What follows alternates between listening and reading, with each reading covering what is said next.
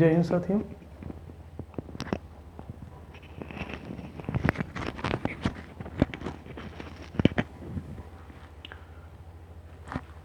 आपके समक्ष हम कुछ क्वेश्चंस लाए हैं जो कि पिछले टॉपिक से संबंधित है, गरीबी और बेरोजगारी से। क्वेश्चन हमारे एनसीईआरटी और घटना चक्र से हैं और हर एक एग्ज़ाम में पूछा गया है क्वेश्चन। इस नाते से ये क्वेश्चन बहुत ज़्यादा इम्पोर्टेंट है आगामी परीक्षाओं के लिए।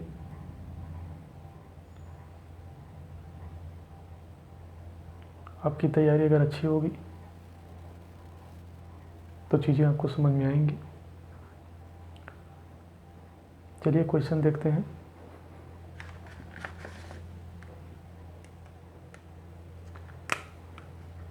पहला क्वेश्चन है कि भारत में अधिकांशतः बेरोजगारी है, तो ये संरचनात्मक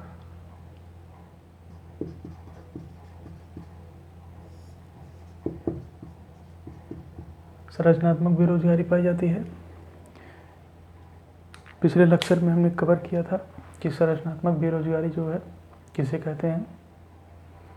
यदि कार्य की गुणवत्ता के अनुसार जो है व्यक्ति ना मिले तो वहाँ संरचनात्मक बेरोजगारी होती है।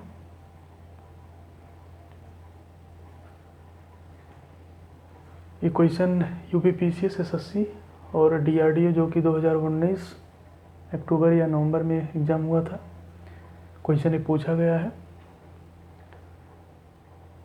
अगला क्वेश्चन है कि भारत में बेरोजगारी के आंकड़े एकत्रित एवं प्रकाशित करता है।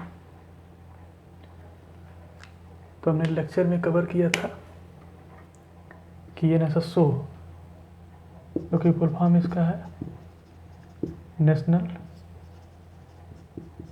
सैंपल सर्वे ऑर्गेनाइजेशन,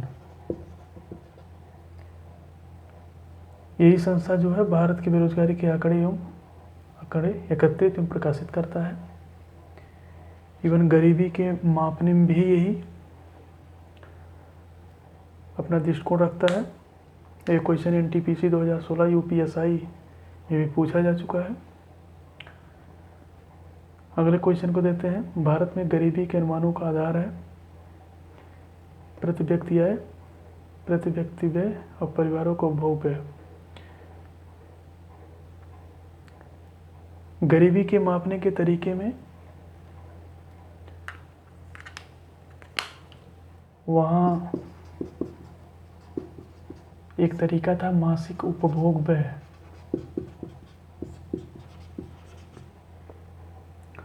तो उसी से रिलेटेड है परिवार के उपभोग का व्यय।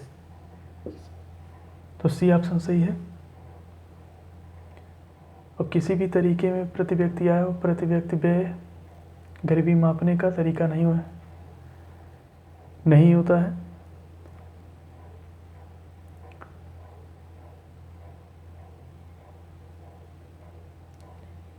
क्योंकि परिवार को उपभोग व्यय में योजना आयोग ने अपने कुछ अलग दृष्टिकोण रखे थे और सी रंगराजन समिति ने अपने अलग दृष्टिकोण रखे थे। योजना आयोग की माने तो योजना आयोग ये कहता है कि शहरी और ग्रामीण क्षेत्र में अलग अलग होता है।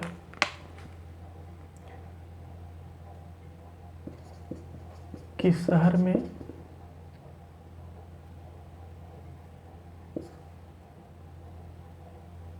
ये योजना आयोग की रिपोर्ट कहती है कि शहर में रहने वाला व्यक्ति 960 रुपये प्रति हेड पर मंथ, जबकि ग्रामीण क्षेत्र में रहने वाला व्यक्ति 816 रुपये प्रति व्यक्ति अगर ना हो तो वह व्यक्ति गरीब माना जाएगा। ये मासिक उपभोग व्यय में बताया गया था। जबकि सी रंगराजन समिति के अनुसार जो है शहर में यही 960 से बढ़कर जो है 1410, जबकि ग्रामीण क्षेत्र में जो है 1000 रुपये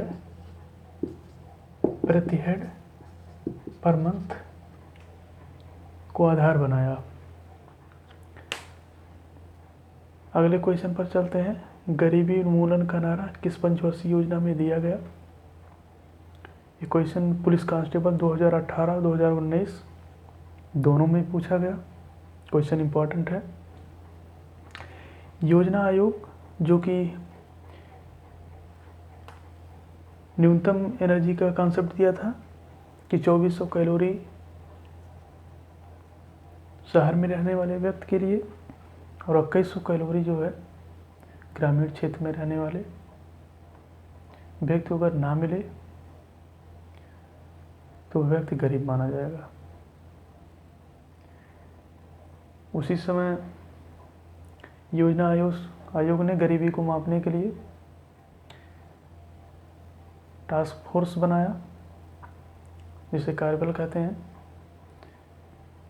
उसी समय छठवीं पंचवर्षीय योजना शुरू हुई थी 1980 से लेकर 1985 के बीच में इसका समय था। तो छठवीं पंचवर्षीय योजना सही है इसका। 1980 से लेकर 1985 इसका समय था छठवीं पंचवर्षीय योजना का। याद रखिएगा कि योजना आयोग ने ये बात कही थी। क्वेश्चन इंपॉर्टेंट है। अगले क्वेश्चन की तरफ चलते हैं। आय का वितरण मापा जाता है तो कर्व के माध्यम से हमने बताया था कि आय का वितरण जो है लॉरेंज वक्र मापता है,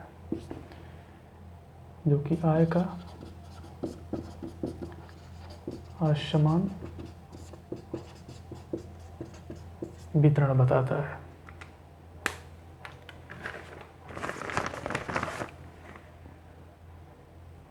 बाकी फिलिप वक्र और लाफर वक्र भी अपने कॉन्सेप्ट बताए, इसको हम आगे के लेक्चर में देखेंगे।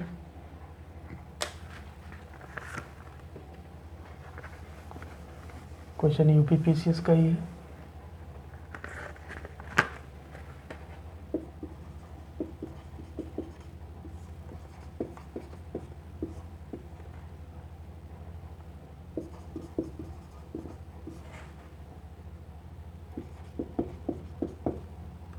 बेरोजगारी एंड मजदूरी दर को बताता है, जबकि लाफर वक्र जो है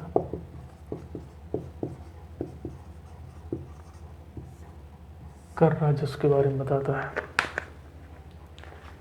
लाफर वक्र जो है का कॉन्सेप्ट जो है इसमें टैक्सेशन में हम पढ़ेंगे कर में, और ये कर राजस्व को बताता है, जबकि फिलिप वक्र जो है बेरोजगारी और मजदूरी दर को बताता है। क्वेश्चन यूपी पीसीएस का ही है,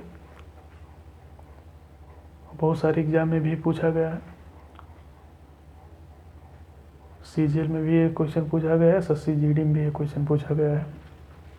इस नाते इस क्वेश्चन इंपॉर्टेंट है, आगामी परीक्षाओं में जरूरी क्वेश्चन मिलेंगे।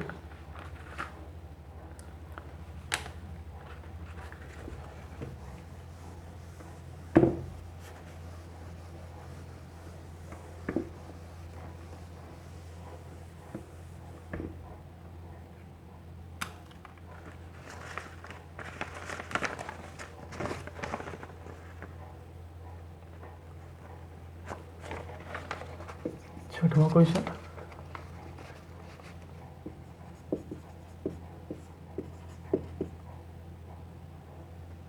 भारत में गरीबी को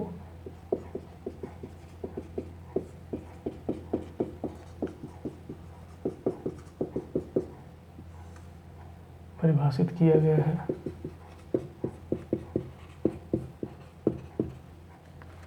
ऑप्शन ए, लोगों के जीवन स्तर से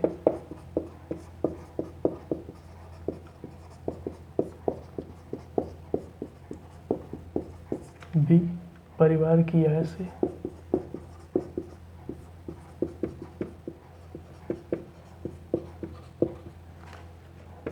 सी ऑप्शन, कैलोरी प्राप्ति से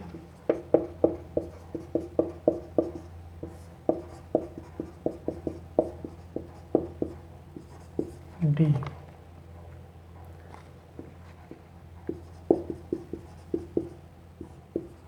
परिवार की संख्या से।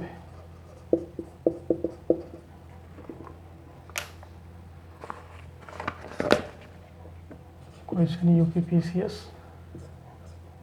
सीजीएल, जीडी, एनटीपीसी 2016 का क्वेश्चन है।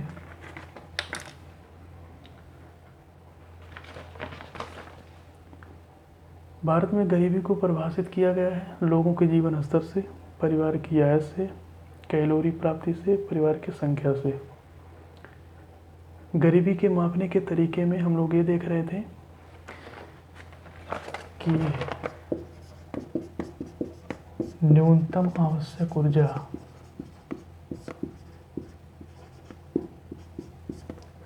न्यूनतम आवश्यक ऊर्जा में हम लोगों ने देखा कि ग्रामीण क्षेत्र में 2100 कैलोरी, जबकि यही शहरी क्षेत्र में 2400 कैलोरी। यदि किसी व्यक्ति को इतना ऊर्जा ना मिले उसके खाद्यान्न में, तो वह व्यक्ति गरीब माना जाएगा। ये रिपोर्ट योजना आयोग ने दिया था।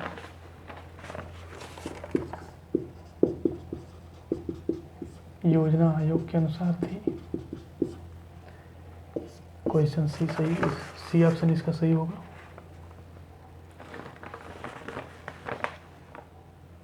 अगले क्वेश्चन की तरफ बढ़ रहे हैं।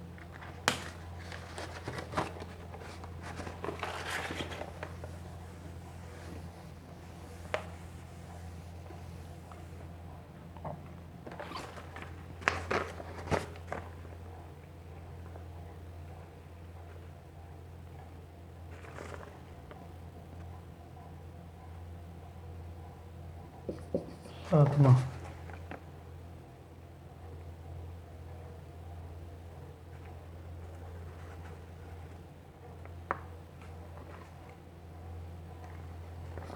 भारत में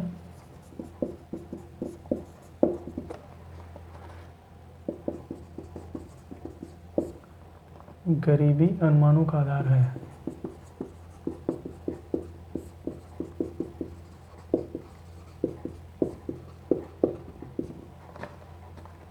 यूपीएसआई, लोअर पीसीएस का क्वेश्चन है।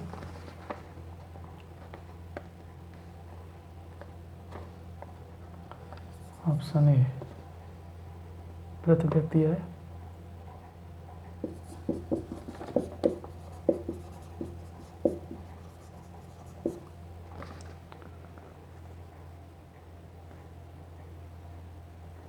ये तो क्वेश्चन हो चुका है, सॉरी।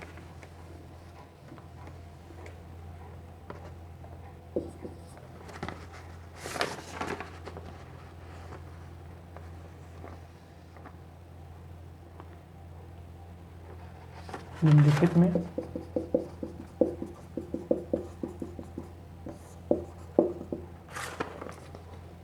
कौन सा एक बेरोजगारी के लिए उत्तरदायी नहीं है?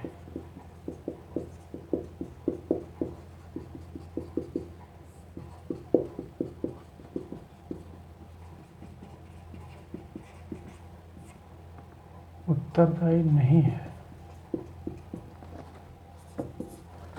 ऑप्शन ए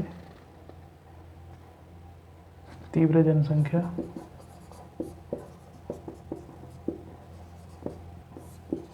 बी कौशल का अभाव,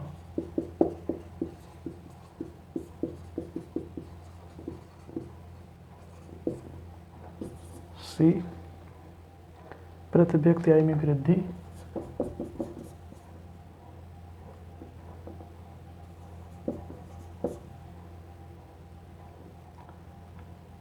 प्रति व्यक्ति आय में वृद्धि, डी जनशक्ति नियोजन का अभाव।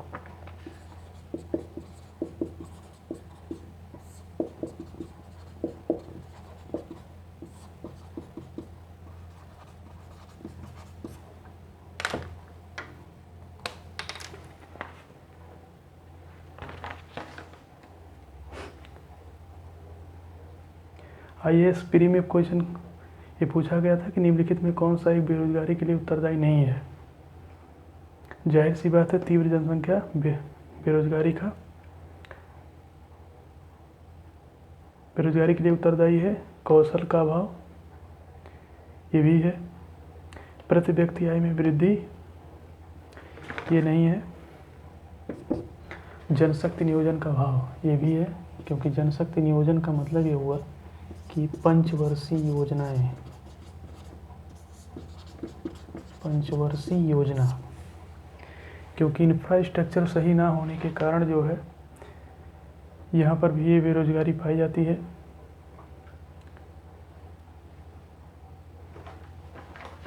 जबकि सी सही होना चाहिए, प्रति व्यक्ति आय में वृद्धि, क्योंकि व्यक्ति की कार्य की गुणवत्ता के अनुसार उसको आय मिलती है। तो ये ऑप्शन जो है सही होगा, सी।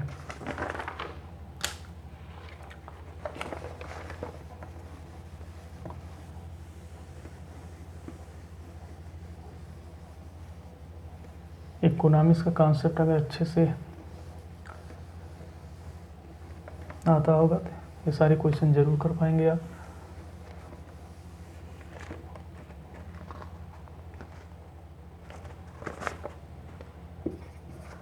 आठवां क्वेश्चन, प्रच्छन्न बेरोजगारी समानतः अर्थ है।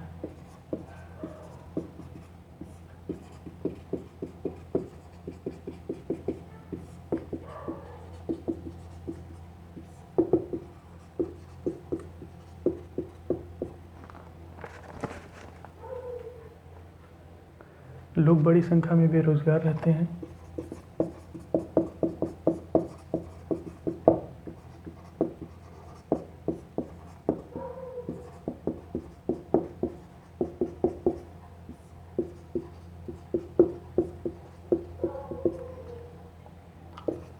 बी, वैकल्पिक रोजगार उपलब्ध नहीं है।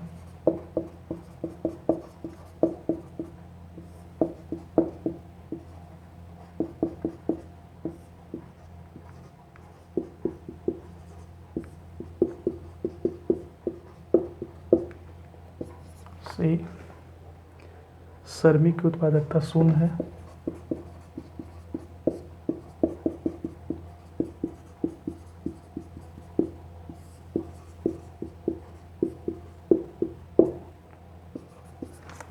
डी, श्रमिकों की उत्पादकता नीची है।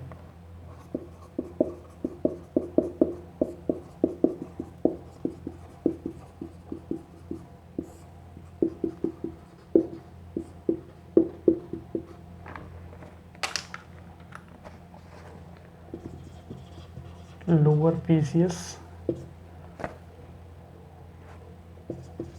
SSC GD and DRDO। याद रखिएगा कि DRDO से खूब क्वेश्चन आते हैं यहाँ से।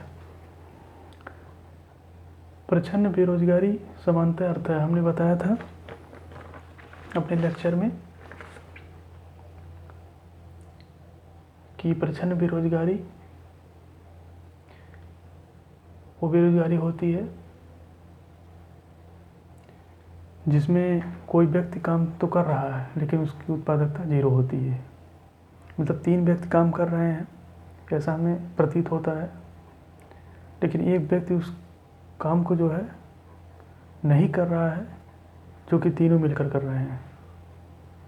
ऐसा मतलब अदृश्य है वो चीज़ें होती हैं। तो हमने लेक्चर में बहुत ही अच्छे तरीके से बताया कि प्रच्छन्न बेरोजगारी को छिपी बेरोजगारी कहते हैं और इसी प्रच्छन्न बेरोजगारी को अदृश्य बेरोजगारी भी कहते हैं। इसके 3 नाम होते हैं। ये क्वेश्चन आया है भी है, तो लोग बड़ी संख्या में तो नहीं है, ये भी नहीं है। उत्पादकता उसकी जीरो यानी कि इफिशिएंसी जीरो है। यही प्रचंड बेरोजगारी की डेफिनेशन भी है।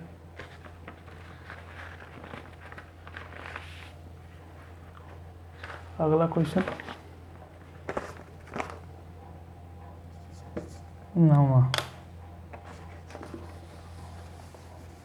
क्वेश्चन बहुत ज़्यादा इम्पोर्टेंट है क्योंकि यहाँ से ही क्वेश्चन बनते हैं।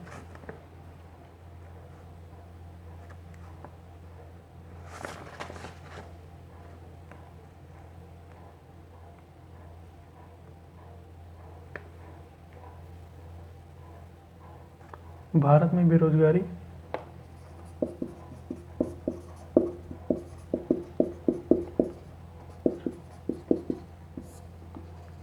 और गरीबी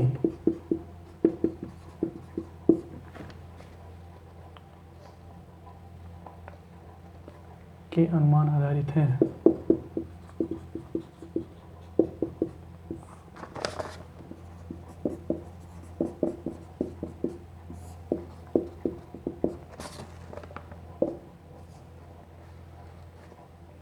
पहला CSO द्वारा,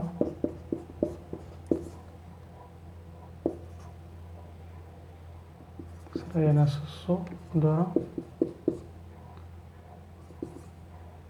C योजना आयोग,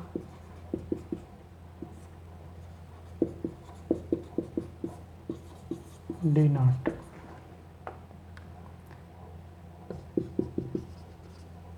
IAS 2003 का क्वेश्चन है कि भारत में बेरोजगारी और गरीबी के मापने के अनुमान आधारित हैं। मतलब उससे संबंधित जो आंकड़ा है बेरोजगारी और गरीबी के आंकड़ा कौन प्रकाशित करता है। अभी हमने बताया कि एक ही संस्था इसको प्रकाशित करती है, वो है NSSO, क्योंकि भी बताया था नेशनल सैंपल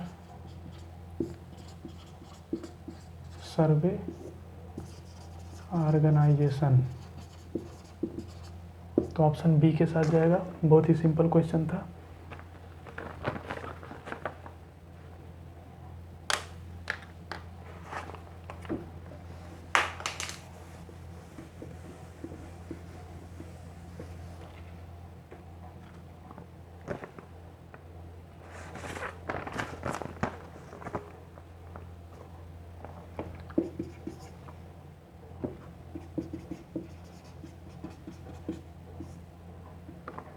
निर्धनता का दुष्चक्र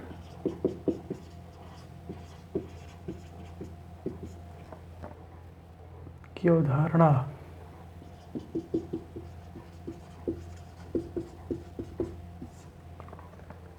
संबंधित है।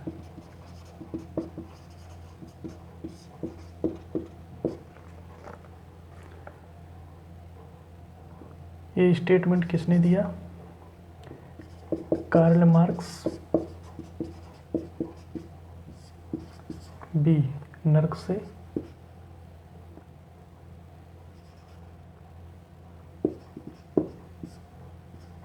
सी एडम स्मिथ। D not.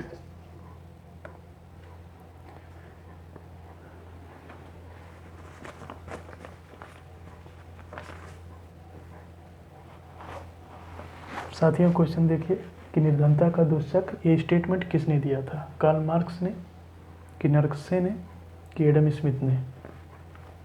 किनमें से कोई नहीं। तो इसका ऑप्शन सी के साथ जाएगा। इनका पूरा नाम रेगनर नर्कसे। आपको याद हो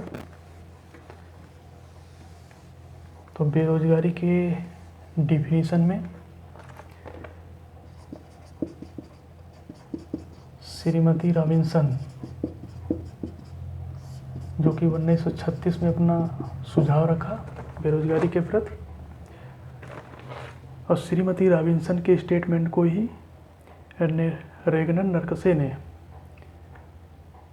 श्रम की असीमित संभावना को आगे बताया। श्रम की असीमित असीमित संभावना।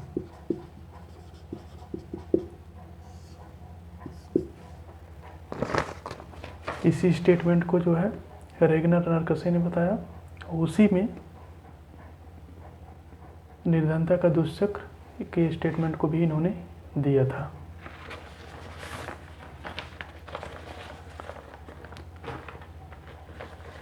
साथियों, ये हमारे कुछ महत्वपूर्ण क्वेश्चन थे और इकोनॉमिक्स सेट 2 के साथ हम अगली क्लास में मिलेंगे।